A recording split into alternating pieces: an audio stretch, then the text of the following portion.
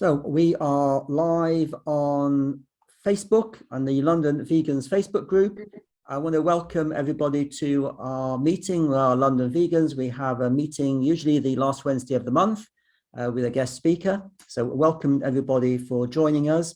A particular welcome to Lucy Woodward, who's joining us today. It's a different meeting to usual. It's the first time I think we've had somebody talking about rescuing animals, and particularly in this case, rescuing hens.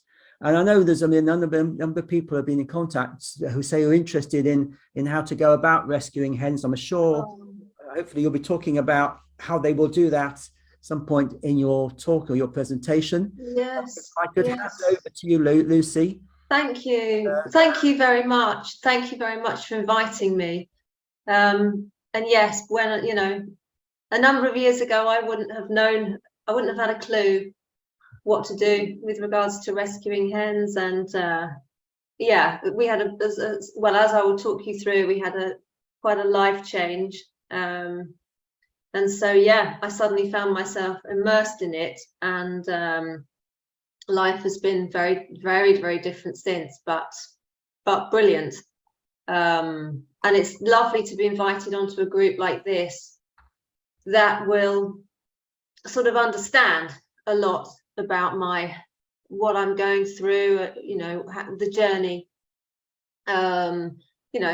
such highs and such lows, and everybody will know through being vegan the challenges. And it was lovely of Brian to get in touch with me, and it was quite considering I used to do some presenting and do some camera stuff, it was very I had to sort of think quite a lot about presenting about what I do, because I just do it and I just live it 24/7 for many, many years now, and I don't actually sort of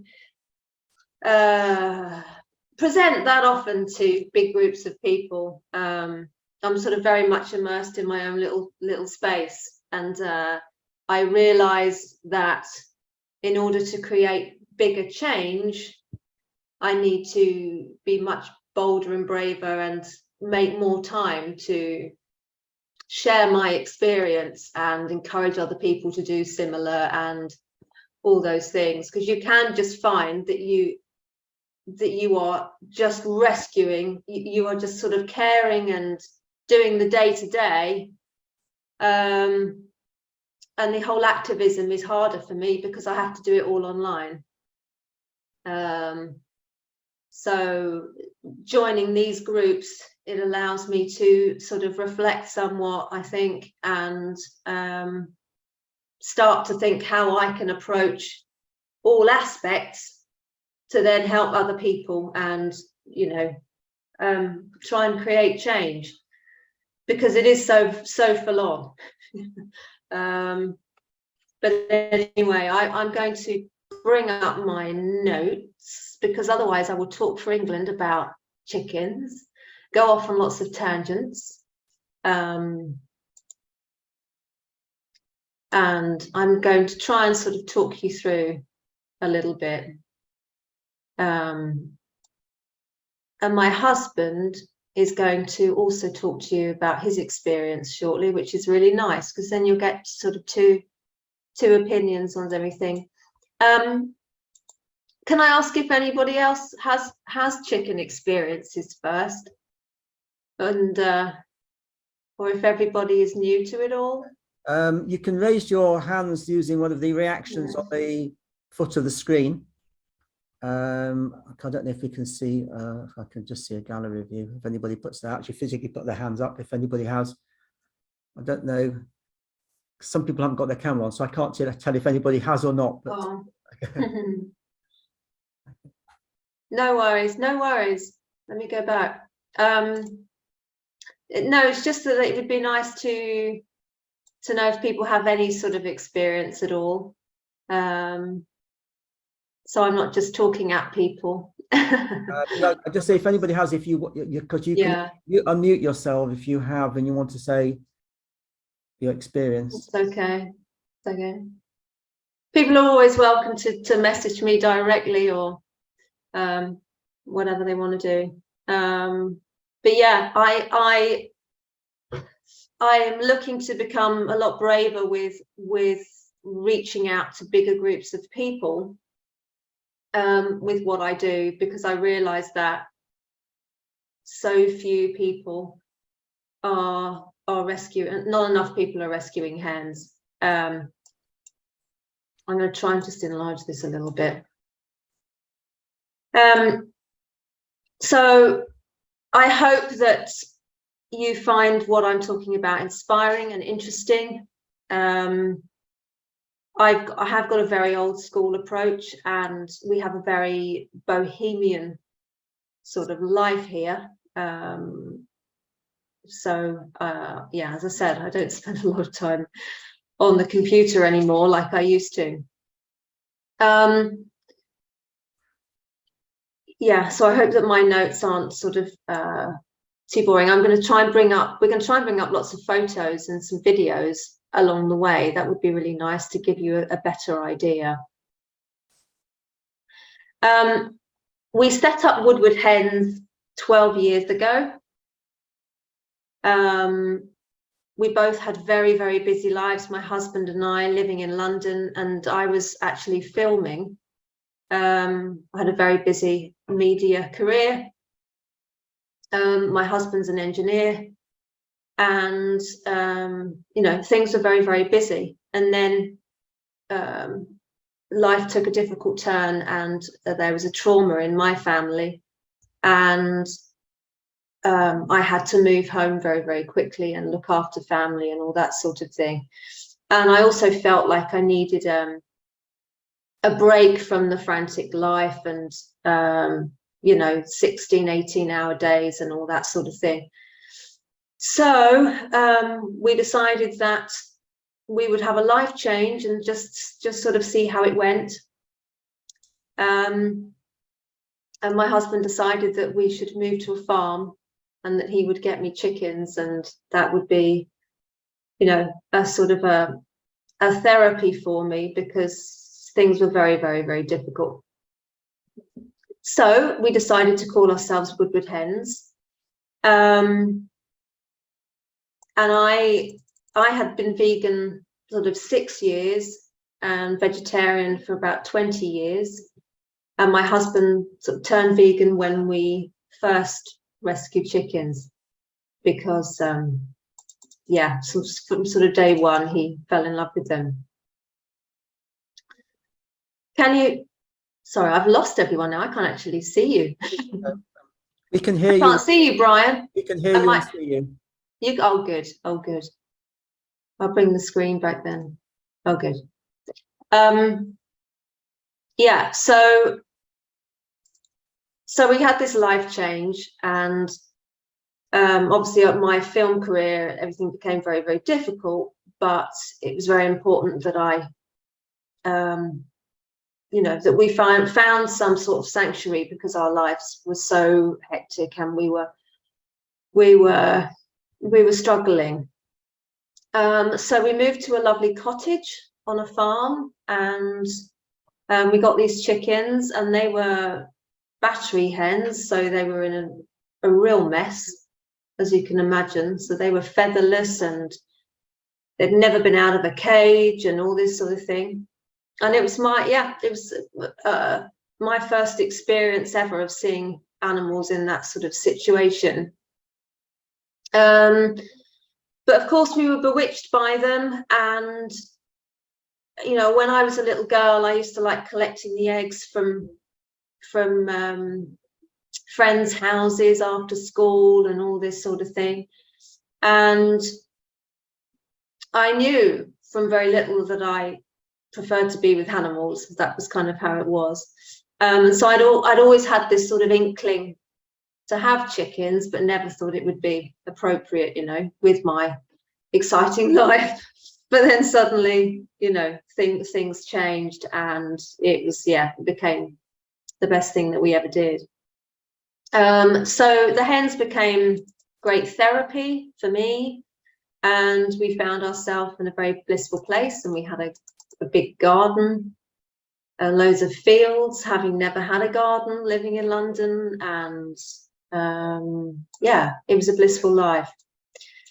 And after a couple of years, we had to vacate there because we didn't actually own it, we were just renting, and the farmer wanted the land back. So we had to move in a hurry with all these, I think I had 25 chickens or something at that point. I didn't know what I was going to do. He vacated us to the car park, I think, and then another field, and yeah, it was pretty much a nightmare. So we had a very difficult time finding somewhere quick enough. So we bought a property within a couple of months. Hang on a second. Yeah, and these hens, we made our first living arrangements for these hens. We found this old property. The land wasn't as vast as we were used to, and I didn't know if it was going to be something I'd be able to carry on, because I had, I was used to lots of space. So I felt sort of up against it somewhat, and obviously with lots of neighbours and everything. But I knew that in my heart that this is what I wanted to do. So we brought all these hens here and thought maybe it's something that we might, slow down for a little while. But that wasn't how it was going to be. So I'll just interject. Did you start off with 25, or you just accumulated hens as you went along? No, we started off, so forgive me, so we started off with some little bantams, some silkies, and then we also then got 3 battery hens. So we had about 8, I think, 8 or 9 hens to begin with. I didn't have much knowledge at all. I just made it up as I went along, but we had lots of space, and I had, I had more and more time to look after them. And yeah, I started learning about hens from cages, and it was just, such a shock as to what I was seeing. And then I had to sort of, start connecting with other people that were doing the same thing, and realizing that these hens were so exhausted, and seeing hens die within weeks of rescuing. And yeah, I got very traumatized over it. Having sort of got them for the sort of therapy aspect, I then was struggling with, well, hang on a minute, they're dying so fast. I want to make them better. This is, it's just too traumatic. So I know a lot of people I've spoken to over the years, they stop doing it because they can't cope with it. That's totally understandable.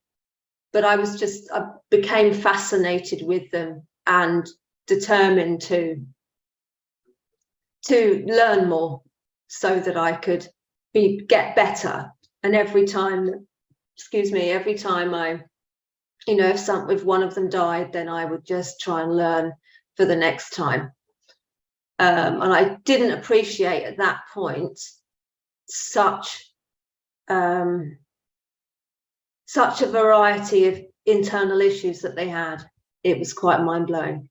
But yeah, so I don't know if I've already said, but that was 12 years ago. So it's been quite a long learning process.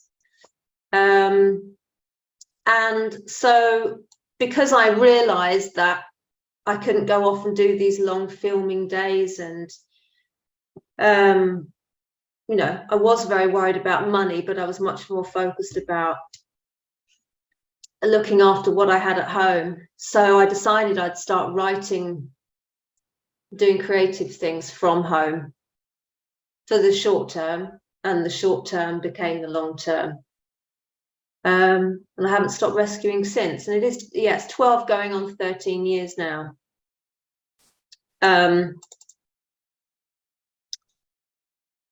So we moved here and we settled in the 9 hens, and we sort of assessed the situation, and we knew that there was lots of work that needed to be done here, and you know, compromises to be had, because we were used to so much space and it was not so easy. But then I found that word got round of what we did, because, you know, I was advertising our work, and local people were asking me what I was up to. And so local farmers were getting in contact. Well, friends started dropping their hens here, and then farmers started dropping their hens here. Local free range farmers were dropping their hens on the doorstep. So I can never turn any hen away. This is the problem. And I thought, I don't know how, with the limited space, I'm going to do this, but I'm going to do it simply, you know. So over the course of 3.5 years, yeah, it is now 3.5 years, one particular farmer has been dropping off hens, must be almost 25, 26 in total. And it's a good and a bad thing, because initially I went down to the farm that he had, and he started off with 16,000, and that's what the family have been doing over many, many years. And he knows no different.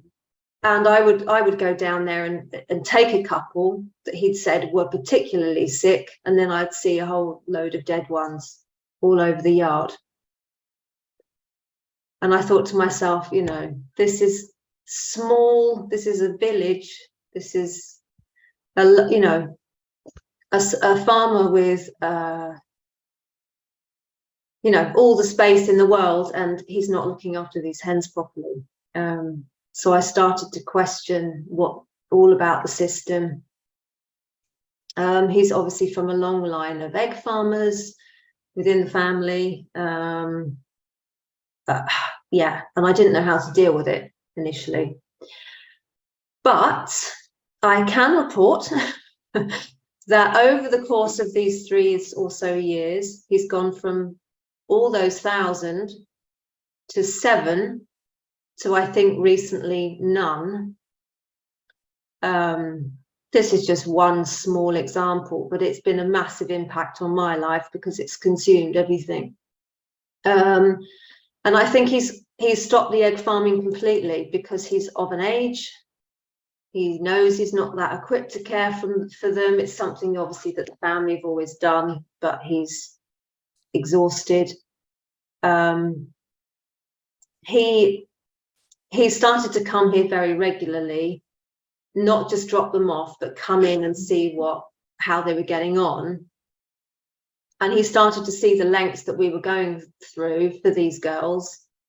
And I started to tell him I was spending thousands of pounds, and I'd given up all my work as they needed round the clock care. And he could see the devotion that we had for them and started to assess the situation. I don't think he necessarily suffered with that much guilt or remorse for the neglect. But I think, yeah, I think he's oblivious, but I know his love for them isn't quite what I would have called love. But it's a very bittersweet situation. As I've always had to play the game with him over these years, even though people were saying to me, why don't you tell this farmer to go and blah, blah, blah, blah, blah, and how dare he, and why don't you report him, and all of this. But of course, if I'd done that, I wouldn't have been able to get the hens that he voluntarily gave me through me gently saying that I will do my best, sort of thing. So I really had to play the game with being kind about it all and not say to him, you are a nasty piece of work. Do you know what I mean? So it was a great test of strength, of knowing how to deal with people within the industry, because I did really want to scream and cry at him and all of that, but I never did. And he's given me the most incredible presents. You know, they are the best things I've ever had in my life. And he chose to do that instead of slaughtering them himself. So I'm very grateful to him for that, but it doesn't make it acceptable. So I have constantly tried to have a non-judgmental educational approach every time he's come and offered something with one particular hen that I think might benefit them, and do my best to keep hold of them. So, you know, and if his farm had been inspected, they would probably have seen it as being acceptable in the scheme of it, you know, which is unbelievable, because they had lots of space to move around. You know, from the outside, they had lots of, you know, lots to look at, but they weren't protected. There was lots of vulnerable ones that, you know, as soon as they get in that situation, then they're a goner, aren't they? So I tried many times to give him, you know, calcium powder, for example, or different feed or anything that I knew about, and he'd just shrug his shoulders and think I was completely mad. So nearly all the hens that he's given me had severe worms, maggots, severe signs of neglect. Many were foxed and came in groups. Back, leg, hip, head issues. Many violently attacked by other hens. One little girl called Frida had what I call a black helmet on, which was dried blood from severe pecking from other hens, and she hemorrhaged badly and died after a month, which completely shattered me. It was just unbelievable. So many have internal injuries, and yeah, we don't know what we're dealing with each time, but we just sort of get on with it and pray for a good outcome. And the list of things that we have experienced are eggs stuck internally, prolapse, which I'll talk about, crop issues, infection, worms, head injury, neurological issues, broken legs, brittle bones, paralysis, tumours, cancers, heart attacks, epilepsy, wryneck, egg peritonitis, salpingitis, ascites, I think that's how you pronounce it, forgive me if you don't, but there's sort of variations here with these long names of what's going on in the oviduct and the reproductive system. So there's either inflammation or lumps that form, or fluid that builds up that needs draining, if they get lucky, but they can die very easily from that. And of course, hens don't complain, so they just suffer in silence and don't like to draw attention to themselves, hence why farmers like to use them in the mass system, because they are so adaptable. Something I've also come across lately, I'm very interested in, is bird anxiety and dementia, which is something that's cropped up with older hens that have been brought here. Lots of anxiety with being moved around a lot. So that's something that I'm researching at the moment. because lots of hens don't get to live out to an old age. But I've experienced through nutrition, particularly, how things can dramatically improve. Yeah, it's very interesting. Is everybody still awake? Okay, so we have on and off veterinary care. I'm just wondering if you wanted to bring up any photos, Brian. Do you want? Should I do that at this point? Yeah, let me. Shall I go on to the YouTube ones? You're welcome to do it. Yeah, you can. Okay, let me share. You're welcome. You're not at the prolapse yet. We could leave that one, but if you wanted to. Okay, let me share. All right.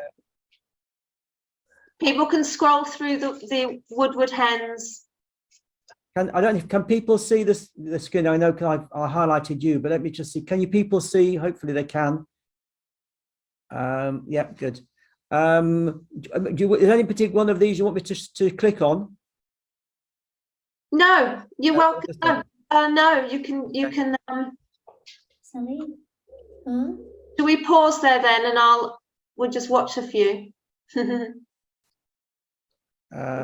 I will talk about all these as we get along. You're such a clever boy. You are. You're a protective boy, aren't you? Yeah. I think you might sleep with the girls tomorrow. If you're lucky, Saz. Okay. So this boy was paralysed, which I will talk about, but one of 3 couples that was completely paralysed. So Early in the lounge. Just come out of that one. Let's go back. Oops. This one. Okay, let's click on. What's that, darling? Oh. What's it? Is it a big bird flying up there? Presumably that she's been with you for a while, because the feathers are all healthy. yes. So she's 2.5 years now, and she's got a head injury. What's the lifespan of a hen? So from my experience, if I've got very lucky, it's been 4 years, and that's usually included the 18 months they've had in captivity. Yeah. So 2.5 years here. So she's remarkable. I'm trying to double that because, yeah, it's just unthinkable. But yeah, she is my full-time at the moment because she's very complex. Yeah. Yeah.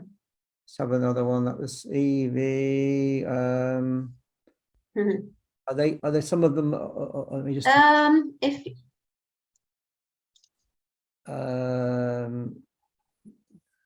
that's something else. if you go up a little bit further. Yeah, that one there, Brian. March 2023. So Clara's had she's been having seizures. Now you're tiny. You're talking the grapes. Yeah. You want some? Okay. Oh.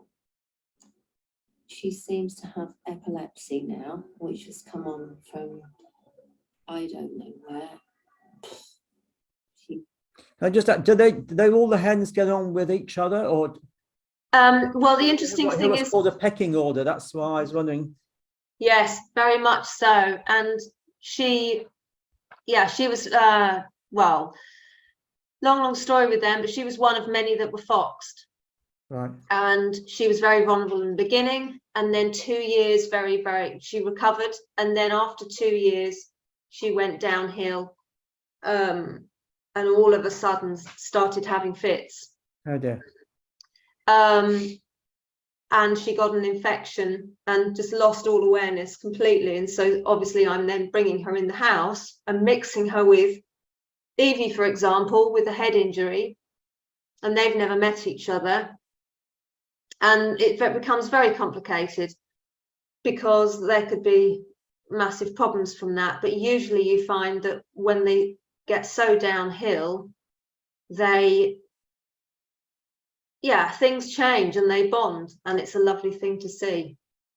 And so they have now, because Clara's now over this whole episode, and she's now sort of in and out the house and sleeps in the house at night, and it gets on very well with all the vulnerable ones. So it's things change all the time, you know. And yes, there is a pecking order. Yeah, it's sort of nature around the estate. thing. Oh, little boys are out. Hi guys. Hi. Hi. Mm-hmm. This is when we had our renovation works and all the grass got dug up. And these were the first two paralysed boys. Right. A little bit of, oh, you're such a clever boy. Gets to have their little. Are having a lovely time now. Yeah. Yeah. But they obviously the boys, they're not laying eggs. So where did they come from? Well, no, they some of them come from shows. There's another local farmer lady who was, I think they were from a hatching project, a school hatching project. Right. Yeah. No. And my third cockerel comes from a rescue situation, probably the same thing.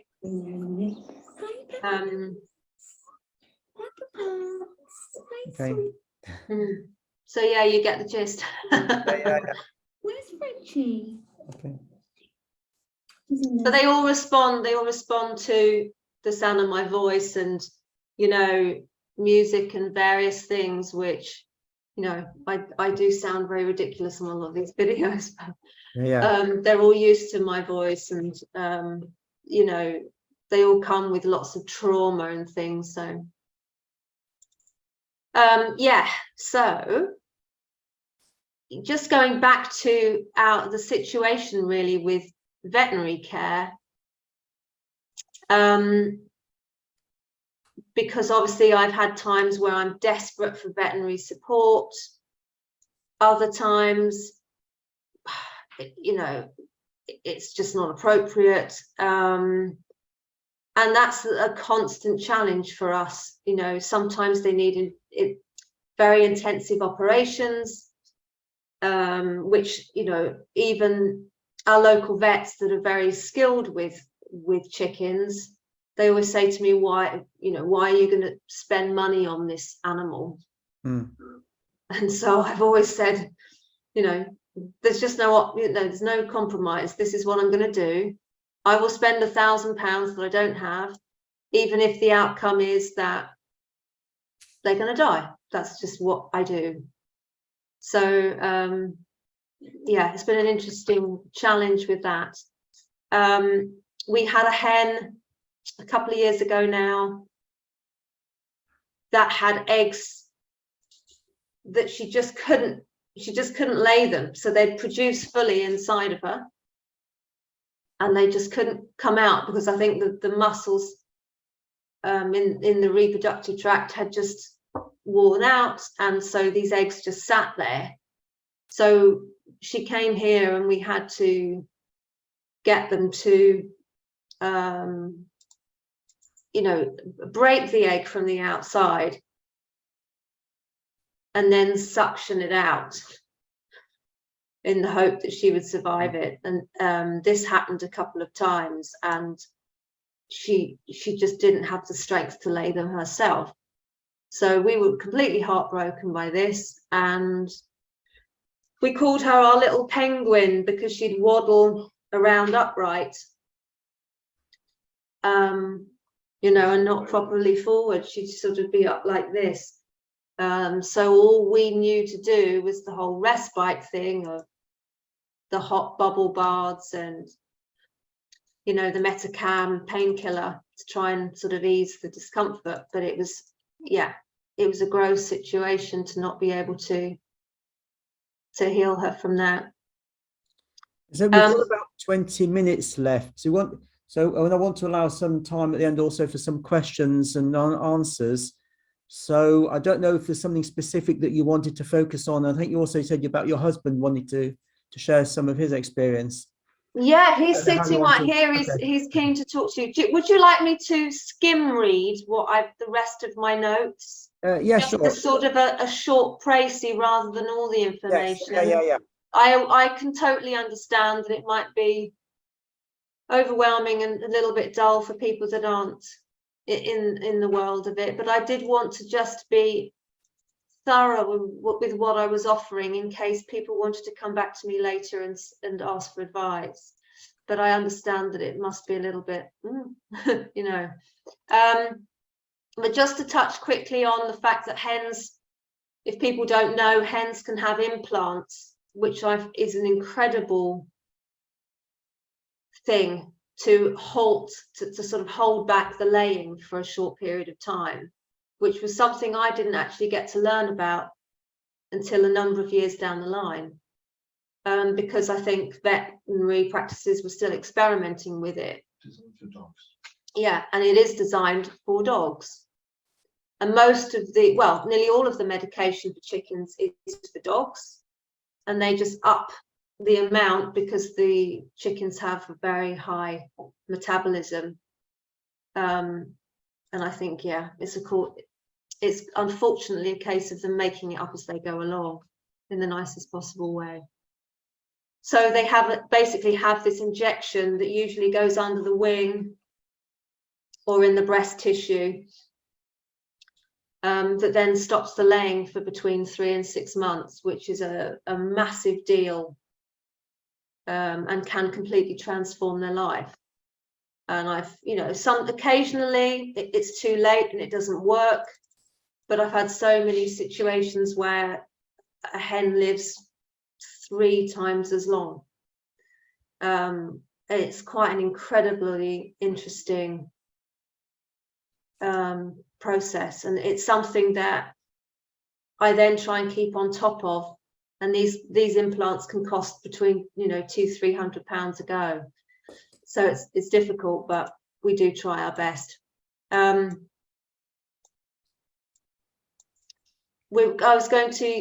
get my husband in a minute to talk about Luna and the prolapse, because that's a very interesting story, a heartwarming story, so he can do that. And we had another hen who arrived from the same farmer, and she had fly strike. So just to express another very compromising situation where the hen was full of maggots internally. So not only did she have them in the vent, she had them behind the eyes. It then meant internal laying issues, malnutrition, trauma, disorientation, all this sort of thing. So we dealt with that, and incredible results. So she's still here with us a year later. We're having to keep on top of salpingitis and infection, but hopefully she'll keep going. To touch on another hen who had a very severe crop issue. It was the size of a football, and they call that a spastic crop, and it's where the hen can no longer, well, sometimes it's short term, but in this case it was long term, where she could no longer properly digest her food, and therefore it was bursting open with it all, and prognosis wasn't good. And what veterinaries try and do is say that they will stitch it or staple it, but that doesn't last very long.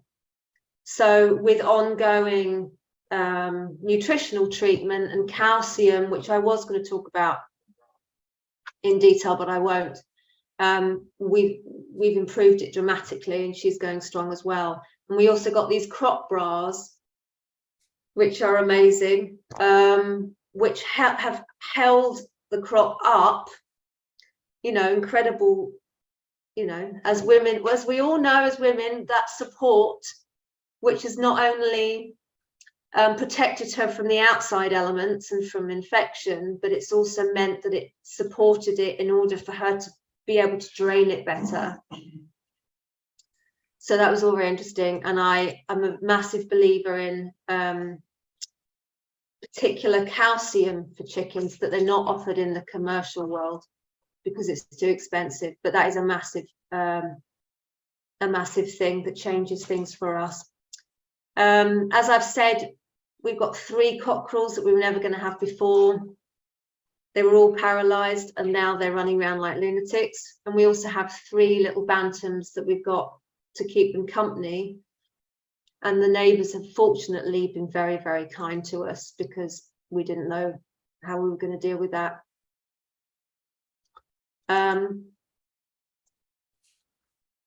Yeah, so I wanted to give you, have we got time to give some facts and figures about, do people want some information about the current situation with commercial chickens? And let me open it up for see if anybody's got any questions, and then if there's time at the end we'll come back, if that's okay. I don't know if there are anybody, if anybody has it. If you want to put your hand up. I've got a question saying, I'm keen to rescue. Is there a rescue community to be part of so I can learn how best to begin? I appreciate all your hard work, Lucy, but no, it's fine. I'm going to say I think having all the problems because I know and the trauma that you've gone through. I mean, I think it feels a bit overwhelming. I mean, I've got, yeah, I said the guys. I think I can't see the full name, but he was saying about how to get a start on this, and I think presumably you won't be taking on the same number that you would be doing. It might be just 1 or 2, but how does one get started if one wants to be helping in rescuing hens? So there is the organisation via the British Hen Welfare Trust, that are the Fresh Start for Hens organisation that work nationally. So there's always a local enough Fresh Start for Hens that you can collect them from. They do this very regularly. They usually say take 3 at a time. They can be barn hens or a mixture, really. You don't really often know what you can ask, but there can be a sort of a free range or not. I would always say that, you know, don't be overwhelmed by it. There are a lot of groups out there. There's a lot of Facebook groups. People can always come to me, but there's a lot of support within the Fresh Start for Hens. I would always just say that accommodation is very important. You only know by doing it, but safety for them is important, and it's just literally a case of day by day, because you really can't predict their health, but just to know that there are veterinary practices. If hopefully people are prepared to go through the veterinary system, vets are getting much more you know, skilled at what is required. So there is support there. Do you need a license to keep hens? No, you don't. Not at all. Wow. No, not. I know you do in Ireland, I think. Yeah, you do in Ireland, but not in England. No. I would have thought that, just going again, following on from the question, I would have thought that for most rescue hens, I mean, when they've come to what I call the end of their useful life in terms of laying eggs, they're the ones that would perhaps be available for rescue, rather than, I think, I'm not saying you've been unlucky, but just saying you've ended up, because the farmer gave you the ones that were the worst case scenario ones, the likelihood is somebody rescuing, they're not going to be having hens in as bad a condition that you were taking on board, I would have thought. Would that be? I don't know, swings and roundabouts, because I've been the upside is that the hens I've taken from the local farmer have been younger.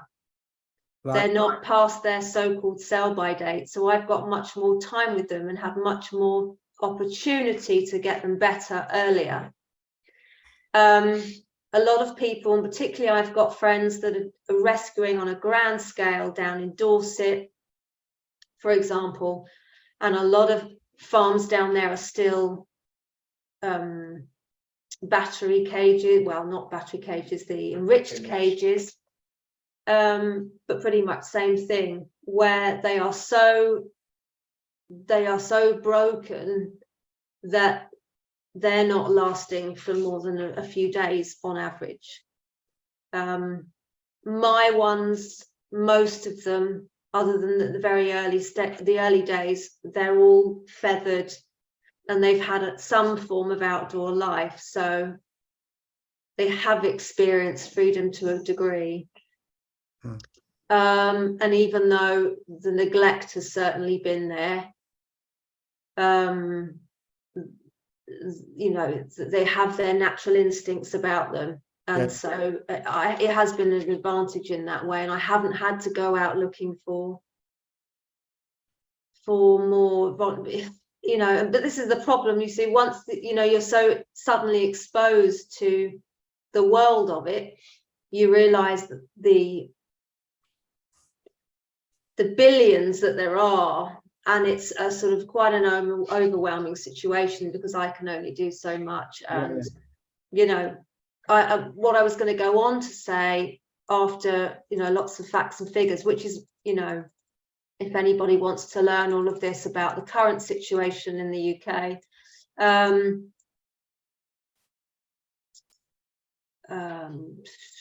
don't know where I was going to get to. Yeah, I mean, if I just read you a couple of things. Can I come back? Can I just deal with the other questions? And then I said, yeah, of course. Yeah. John, you've got, do you want to unmute yourself? I've got a question. Yeah, firstly, congratulations on being instrumental in that chicken farmer no longer being a chicken farmer. Thank you very much. I was just wondering, you've got 3 males there. Can they be neutered so that you don't produce new, you know, fertilized eggs? That's a very interesting question, and thank you very much. This is not something that has ever been brought up in conversation. I think it's something that we have talked about, but it has just sort of brushed over us because we've assumed that it's not a possibility, but I don't see why it isn't, because if hens can be implanted, why can't the males be? And this is the very sad thing, because you know, the facts and figures that I was going to talk about of the cockerels getting ground up in the conveyor belt as little chicks and not getting a chance of life, and this happens by the billions every day. Why can't they have it? It all comes down to money, and as we all know, and no farmer is prepared to give the pill, you know. I mean, that's totally ridiculous, but they would never ever even think about what you've just said. But it's something for people that rescue is a very interesting situation, because fertilized eggs, when you rescue the cockles and the chickens, and you think it's fair that they want to mix together, then they are constantly producing. And it's something that we are now thinking, oh my God, we're going to have lots of little chicks all the time. Yeah. Unless we're very careful. So that is something that I will keep in my mind. Thank you very, very much for asking. Yeah, sure. And if we get one quick one. Because the cockerels, they're such love, they're so sweet as well. It's incredibly sad that they don't. There's a chicken here. I'm going to just, may I just run to the toilet? My husband's here with one of our chickens to entertain you here. No, I can't do that. All right. 2 seconds. All There right. we go. You can talk about Luna as well. I could do indeed. Pepper. Hello. Most of the question regarding the eggs and fertilization, the eggs that the chickens lay go back to the chickens. A really good source of calcium, etc., etc., etc. So I must admit, we don't. It is an interesting idea whether we are performing a sort of genocide by not allowing them to come to fruition, but we take care of poorly hens as opposed to create more viable hens, if that makes any sense. Yeah. And if you've ever broken an egg in front of 3 chickens, you will know how much they like eggs.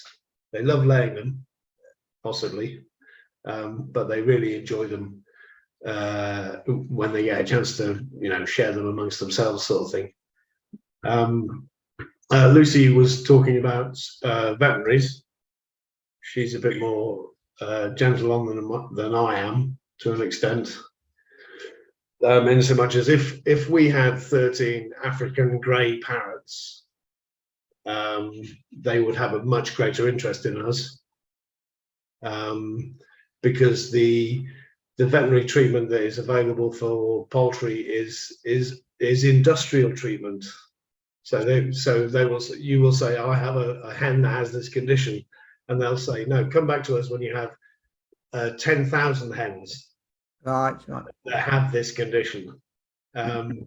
We have a medicine which you can put 1 part per million in the feeder for your main house. So the struggle is getting them to adopt the hen as a cockapoo, spaniel, or whatever, and take the same opinion of it from that point of view, if that makes any sense. Yeah. And we've had some fun with vets. And some vets have been, absolutely excellent. And we've done some very exciting treatments that may not have been regularly available. But Lucy mentioned Luna had a massive prolapse a month ago, possibly. And they say if you look at any of the books, they say if it's larger than a walnut, I'm going then forget about it. I'm going to bring the photos No, don't. up. Oh, yeah, Ryan, really? is that all right? Yeah. Prolapse photos. We should have a warning on this, really. I've now forgotten how to do it. Share screen. If it's on full screen, then you can do a share screen, and then you should see that picture Oh, thank you. there. Oh. Sorry. No. Sorry, shall I remove? Yes, please. There you go. So that's an example. I don't know if everybody caught that. Yeah. It's not good. It's basically your chicken turning itself inside out through problems with laying. And of course, if you contact a veterinary about this, they say, please bring her in and we will euthanize her. And that's the only treatment they have, because the other treatment is sort of intensive, care, which is not a valid treatment for an animal that you can, whose corpse you can buy for £1.99 in Tesco's. So that they're not having that. Luna was really in an unfortunate way. She'd had a big prolapse, it had become damaged, and we had to wait for it to scab over. So we had maybe 2 weeks, 3 weeks where we would treat it with pseudocrem and pseudocrem, and then when I got home from work of an evening, I would fold her back in, turn her back into a chicken that was in the proper place, and then hold her there for a couple of hours while I watched Channel 4 News and whatever, Bake Off or whatever it was. And if she had to have a poo, you'd have to let the prolapse out again so that she could pass. And we did this for days and days and days. And the day that the scab came off, I was genuinely so excited. I took a photo of it. I'm not sure why or what I'm going to do with that. Yeah, it had a long period of healing. Yeah, we realised it had to heal before it went in. But then there's the thing where people say, oh, the hen won't survive if it doesn't get back in quick enough. But we realised that with all the pouring out with blood and all this awful stuff, and I was bathing her during the day, waiting for Will to get home in the evening to try and do it again and keep pushing. It was just became pretty horrendous all round for her, but it took a week for it to sort of stop being so sore in order for her to accept it going back in, if that makes sense. It was a week. It was a week or 10 days before it scabbed, and the scab came off. And on the night when I folded her back in without the scab and held it there, it was transformational. You know, you knew that you'd really crossed a point where, oh, hang on a second, this chicken is not going to die. And yeah, she's running around the garden this afternoon. And she hasn't laid an egg since this event. And of course, another egg could possibly cause a problem. But, you know, at the moment, she's looking really good.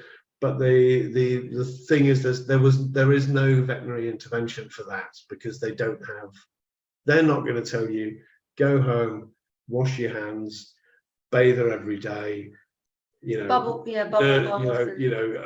the prolapse in for 2 hours every night or whatever, because I mean, not unreasonably, they don't expect anybody's going to do that. And most hen owners, you know, would not look at that as being a reasonable thing. But they offer stitching, and then they say if the bird looks too unhappy, then we'll just put her to sleep. So that all they offered me when I phoned them was euthanasia, and I said, well, sorry, that's not an option. And of course, what you're up against when they are stitched in is that the whole thing for a hen is the access out to produce the egg, or, you know, to be able to move whatever it is. If you restrict that, you've got problems. So if the vet stitches it, then if they then want to lay and you don't cut the stitch, then that could kill them. So it requires too much attention. Like I said, if they were African grey parrots and worth, you know, £2,000 each or whatever, then the treatment that they were offered would be very different. But because they're just because they're just an agricultural crop, unfortunately, finding a vet who treats them other than as I mean, it's becoming increasingly better because there are so many more backyard hens. Yeah. But it is still a situation that there is no real value put on the life of the hen. Just because we're coming towards the end of the time for the presentation, can I just sort of wind things up at that point, if that would be okay? Please. of course. And just to say, I want to just share for those, I've got it here, because this is your Facebook. Yes, do. Yes, do. So for those of you on Facebook, you can say it's facebook.com/Woodward Lucy. And I think I can see on there's a post by somebody about offering some hens for rescue. And you've got some of your own posts. And again, there's a picture of you with the hens fairly recently, 4 days ago. Mr. Philip. Okay. Yeah, there's a massive information on there, and what I'm trying to do is, if people ever want to call me or Zoom or anything for advice, I'm always here. And I do try and put a lot of information on, as well as my own pictures, and you know, there is a lot on there. A lot of our merchandise that we're offering now. You're raising money through sending some merchandise, I noticed, to help fund the rescues, I think. Is that right? Yeah, thank you for mentioning that. It's to fund the animals, and it's also, I'm working on lots of different writing on baby clothing, on activism, sweatshirts, on bodybuilders vests, on all sorts of things to try and target enough people to you know, yeah, just to sort of raise awareness about these chickens and raise money. and raise And money, which is very whenever we have to resort to, well, not resort, but whenever veterinary intervention is appropriate for any of our hens, we tend to put the bill, if you like. We will stick that online purely as a representation of, you know, this is the hen that we were taking care of, this is what we've spent taking care of her. And we do often get very generous contributions towards our costs. You know, it's not a direct appeal, it's just, this is what we're doing, please get involved if you feel it's appropriate. And if you buy a t-shirt, then it has been £1,000 on average. Wow. Sometimes, some months, and I've struggled to think how on earth we're going to deal with that. And I don't know if I've already said, but having gone through the mill over the years of different vets, I now have one that comes to the house, which has been an absolute lifesaver, because not only did we have bird flu locally where we couldn't take them in somewhere, somebody coming here does cost me £1,000, £100 on top of the £1,000, but it's very nice for the animals because they don't have to leave the garden, you know. But I think, thank you both, Ian, is it, and Lucy, thank you ever so much for talking to us this evening. Is it, sorry, your name on Ben? Sorry, Will. Sorry, Will. No worries. Will and Lucy, I'd just say thank you very much for sharing your knowledge with us. And I said, if people want to contact you, is it best to do it through Facebook or? However people want to. I wanted to say, importantly, collaboration is a massive thing for me and for all vegans, I think, because we're all good at doing different things, and I'm sort of out on a limb somewhat, and as many people that I can connect with and share what I do and help other people, or they help me. I've got a podcast as well where I talk about the animals, and trying to sort of, you know, use all these avenues to connect and reach people on a grander scale. So I love having people come to me. Very grateful for that. Thank you again. On behalf of everybody, I'll give you a round of applause. I think you've got some from other people. And your good selves for watching. Thank you for letting us come and people taking the time. It's I'd like to just say to Lucy, Brian, because I did send a message, but nobody's read it for me. I didn't. Sorry. I think Lucy might have read it already because she's got access to the messages. Oh, I haven't read it. No, I'm so sorry. So just thanking you for what you're doing for the animals, for the hens. Thank you very much. Oh, nice. Thank you very much. I just want to say you're both amazing, and I do what you do for dogs and rescue dogs, and I just really admire you and the dedication, the love. We do anything. I just didn't feel like talking because I recently just lost a dog. So sorry. Thank you so much. I'll be in touch, and forever. Yes, thank you so much for saying that, because it's we have to have these conversations because you sort of internalize it, you know, so much.